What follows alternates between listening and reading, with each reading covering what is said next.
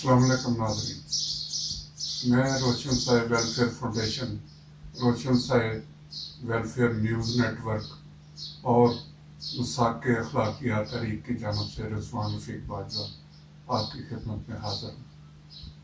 हमारा आज का मौजू कुछ पुरानी यादें हैं जिन पे हम रोशनी डालेंगे और ज़माने ने किस तेज़ी से अपने अंदर तब्दीली पैदा की, इस पे भी बात करेंगे। आज से 50-60 साल पहले की बात करूं तो उस वक्त हर गांव में हवेली होती थी। इसी तरह जहां ज़मीनें काश्त की जाती थी और ज़मींदारों ने अपने जानवर रखे होते थे, उसको डेरा कहते थे। ये कोई आज की तरह के डेरे नहीं या आज की तरह की हवेलियां नहीं होती थी।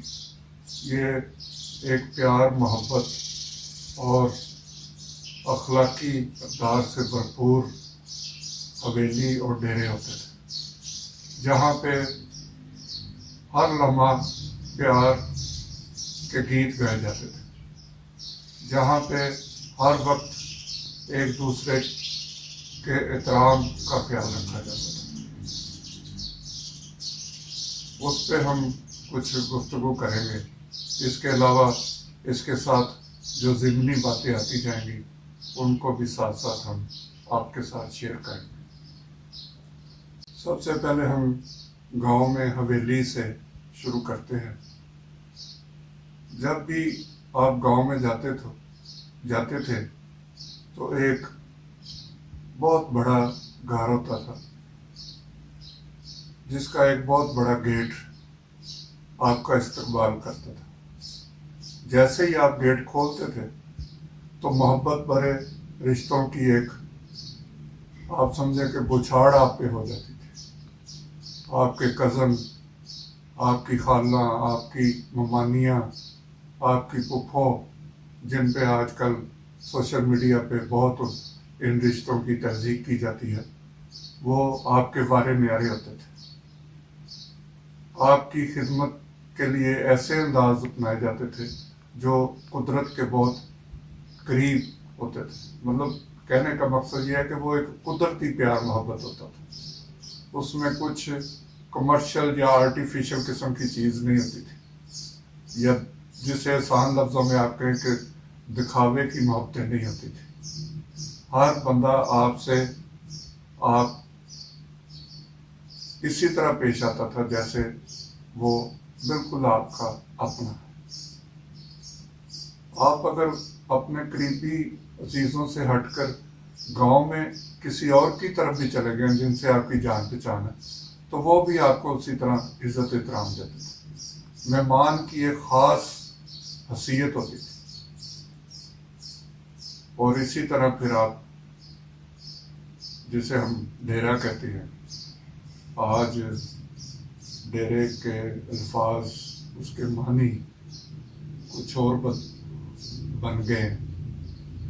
अच्छे और बुरे साथ साथ चल रहे हैं, लेकिन उस वक्त डेरा आपने जाना है, जहाँ पे आपकी ज़मीनें हैं, वहाँ पे आपने काश्तकारी करनी है, फसलें बीजनी है, उन पे हल चलाना है। और ये वो दौर था जब ये मशीनी सिलसिले शुरू नहीं हुए थे। कोई ट्रैक्टर या दूसरी इस तरह की जदीद मशीनरी नहीं थी। हर काम हाथ से करना पड़ता था। ज़मींदार तहज्जुद के वक्त उठ के अपनी ज़मीनों पे चले जाते थे, क्योंकि उन्होंने पानी लगाना होता था। खेतों को पानी की बारियां होती हैं खेतों में, अगर कोई आपके इल्म में हो तो आज भी वो एक नहरी सिस्टम जो है उससे फिर आगे खेतों तक पानी खालों के जरिए आता है। तो वो खेतों को पानी लगाने के लिए घर का एक फर्द या दो उन्होंने चले जाना है, पानी लगाना है, फिर उन्होंने खेतों को देखना है। फिर सुबह होते ही جو ہے وہ اپنے گائے بھینسوں کو کی طرف آ جانا ہے اور اس کے بعد گھر سے پھر ان کے لیے ناشتہ بن کے جانا ہے۔ یہ کوئی ایک دن کی پریکٹس نہیں تھی ہوتی، یہ روزانہ کوئی 1.5 کلومیٹر دور ناشتہ لے کے جا رہا ہے پیدل، کوئی موٹر سائیکل یا سائیکل پہ نہیں، پیدل خواتین صبح صبح ایک لائن لگی ہوتی تھی کہ جی ڈیرے پہ ناشتہ جا رہا ہے۔ کئی دفعہ ہم شہر سے جب جاتے تھے گاؤں تو ہم بھی اس میں شامل ہو جاتے تھے۔ اگر آپ ڈیرے پہ ہیں وہاں اور ماحول ہے، اگر آپ گھر پہ ہیں تو وہاں خواتین بھی اذانوں کے ٹائم اٹھ کے اپنے کام میں جٹ جاتے تھے، کیونکہ انہوں نے لسی بنانی ہے، وہ چاٹی ایک ہوتی تھی اس میں ڈال کے دودھ، اس میں مدانی اسے کہتے تھے، اور وہ جو قدرتی آوازیں تھی جو صبح صبح آپ کو سننے کے لیے ملتی تھی، جو بیل کھیتوں کی طرف جا رہے ہیں ان کی چھن چھن، اور وہ گھر میں مدانی جو چل رہی ہوتی تھی اس کی آوازیں کانوں کو چھوتی تھی، تو ایک عجیب سا سرور، ایک عجیب سی طاقت بندے کے اندر شامل ہو جاتی تھی۔ آپ کو حویلی اور ڈیرا ان کا بتانے کا مقصد یہ تھا کہ آج کی نسل کو جو حویلی دیکھنے کو ملتی ہے وہ یا تو سیاحتی مقامات پہ کہ جی یہ کسی بادشاہ کی حویلی تھی، یا پھر حویلی کے نام سے ہوٹل ریسٹورنٹ بن چکے، اسی طرح ڈیرا ہے۔ اب پہلے یہ ہوتا تھا کہ جو ڈیرے ہوتے تھے وہاں پہ کئی دور دور کے جو گاؤں تھے ان کے فیصلے ہوتے تھے ان ڈیروں پر، اور جو فیصلہ وہاں پہ ہو جاتا تھا وہ 40 گاؤں کو بھی وہ قبول کرنا پڑتا تھا، اور کبھی یہ نہیں تھا ہوا کہ اس ڈیرے پہ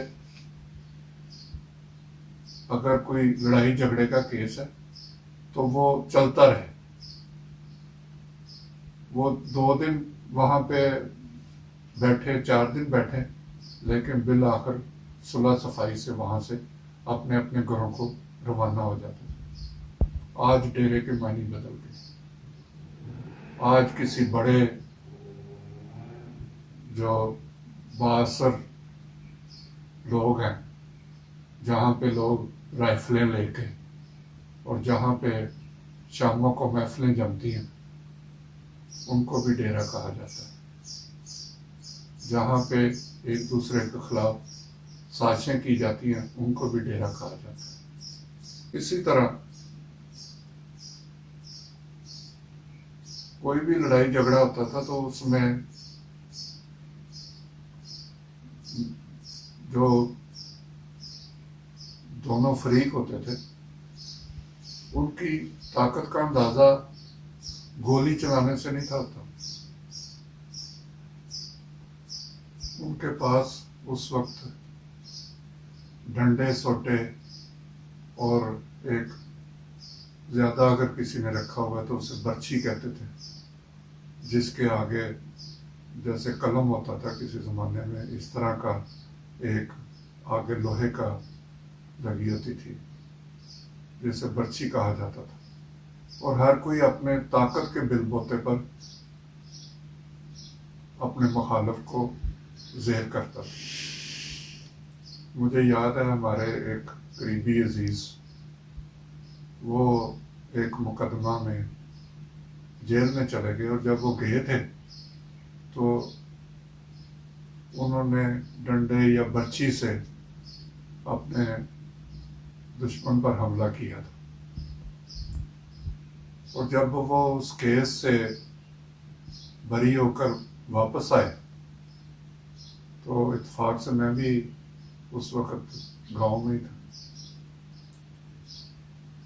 تو اچانک وہ نمودار ہوئے اور پتہ چلا کہ جی وہ خود ہی جیل سے رہا ہو کے، کوئی ان کو گاڑیاں یا رائفلوں والے لینے نہیں گئے، उनकी रहाई का वक्त आया, वो जेल से रिहा हुए और खुद ही गांव पहुंच गए।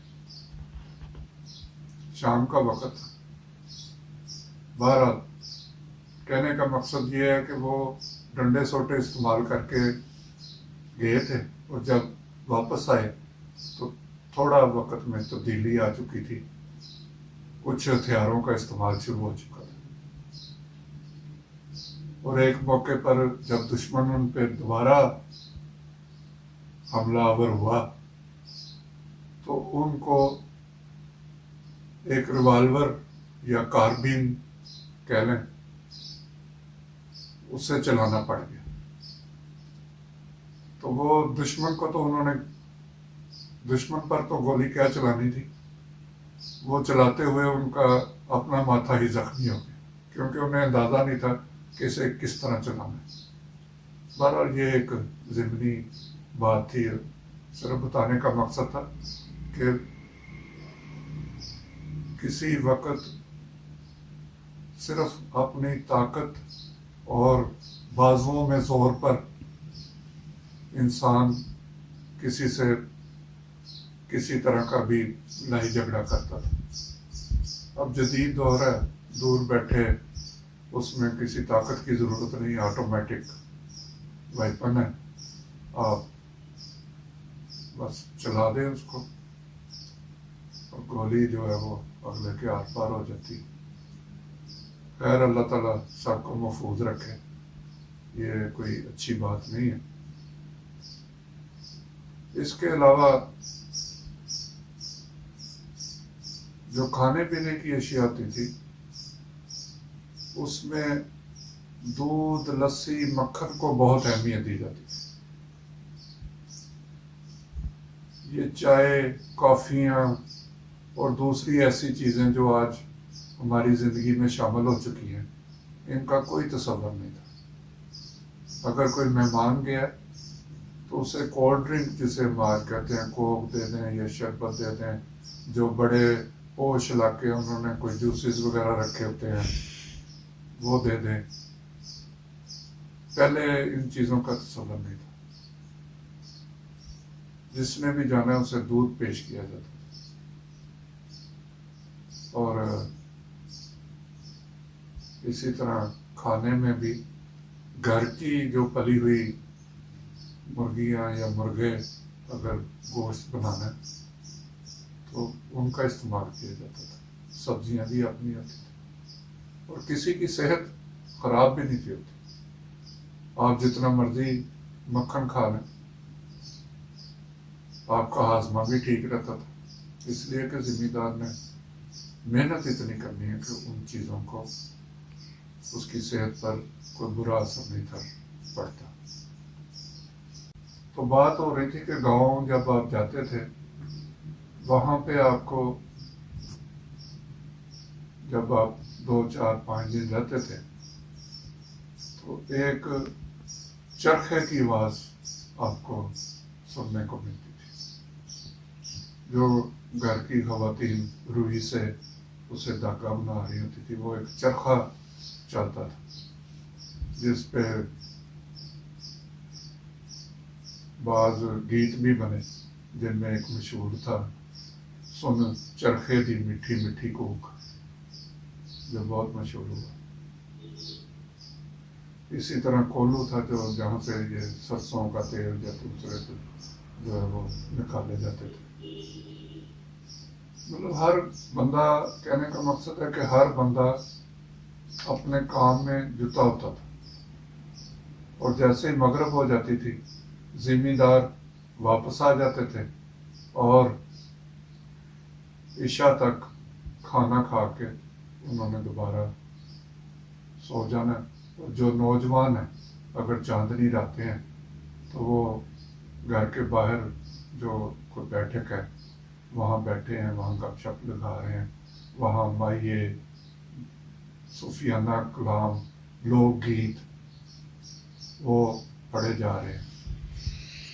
मतलब सारी मुस्बत किस्म की सिर्फ प्यार और मोहब्बत की बातचीत होती थी, कोई साजिश नहीं थी होती, कोई किसी के खिलाफ غلط بات نہیں کر رہا، کوئی کسی کو زیر کرنے کی کوشش نہیں کر رہا، لیکن یہ صورتحال جیسے جیسے زمانہ بدلتا گیا تو اس میں تبدیلی آتی گئی۔ ہمارا یہ سب کچھ بتانے کا مقصد صرف ان باتوں کو یاد کرنا ہی نہیں، یہ بھی بتانا چاہتے ہیں کہ جب کسی قسم کی سہولتیں نہیں تھیں، کوئی گاڑی، موٹر سائیکل یا یہ جدید سوشل میڈیا، نیٹ، کیبل، ٹیلی ویژن، یہ کچھ بھی نہیں تھا، اس وقت اخلاقی اقدار بھی بلند تھی، اس وقت ماں باپ کی عزت بھی وہی اسی انداز میں کی جاتی تھی جس کا ہمیں اللہ کی طرف سے کہا گیا۔ آج سوشل میڈیا پہ روز آپ کو پڑھنے کو ملے گا، ماں کی عزت اس طرح کرو، باپ کی عزت اس طرح کرو، بڑوں کی عزت اس طرح کرو، قرآن، حدیث، لیکن اس کے باوجود وہ چیزیں آنے والی نسلوں پہ اپنا اثر نہیں چھوڑ رہی۔ اس وقت پہلے کے زمانے میں جو چھوٹے ہوتے تھے ان کو معلوم ہوتا تھا کہ یہ بڑے ہیں، ان کا احترام کس طرح کرنا ہے، اور بڑے اپنے عمل سے سکھاتے تھے کہ جو بعد میں آنے والے ہیں ان کا کس طرح ان کا احترام کیا جائے۔ تو یہ چند چیزیں تھیں جو آپ کو میں بتانا چاہتا تھا۔ یہ ایک طویل سلسلہ ہے جس کو ہم جاری رکھیں گے، اور انشاءاللہ اگلے ہفتے دوبارہ آپ کی خدمت میں حاضر ہو کر مزید جو ایسی چیزیں ہیں جو آج کے دور میں بالکل ختم ہو چکی ہیں وہ آپ کو بتانے کی کوشش کریں گے۔ شکریہ، خدا حافظ۔